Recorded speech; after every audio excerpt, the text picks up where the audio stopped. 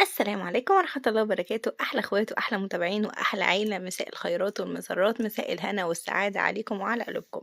حبيت أشارك معاكم الفيديو الشورتس الصغير كنت عاملة الغدا الجميل زي ما انتم شايفين، عاملة صينية جلاش باللحمة، وعاملة فراخ سلقاها محمراها كده في الشواية، وعاملة حبة ملوخية، وعاملة لسان عصفور، وأكلة بسيطة كده حبيت أعملها عشان عندي ابني تعبان، فقلت أسلق له كده فرخة وأعمل له كده حبة شوربة لسان عصفور يشربهم كده مع المناب بتاعه، وكنت جايبة عيش طازة قلنا ناكل كده بيه بالملوخية، وعمر كان نفسه في الجلاش بقاله فترة فعملته له، فقلت أشارك معاكم اللحظة دي والغدا بتاعنا.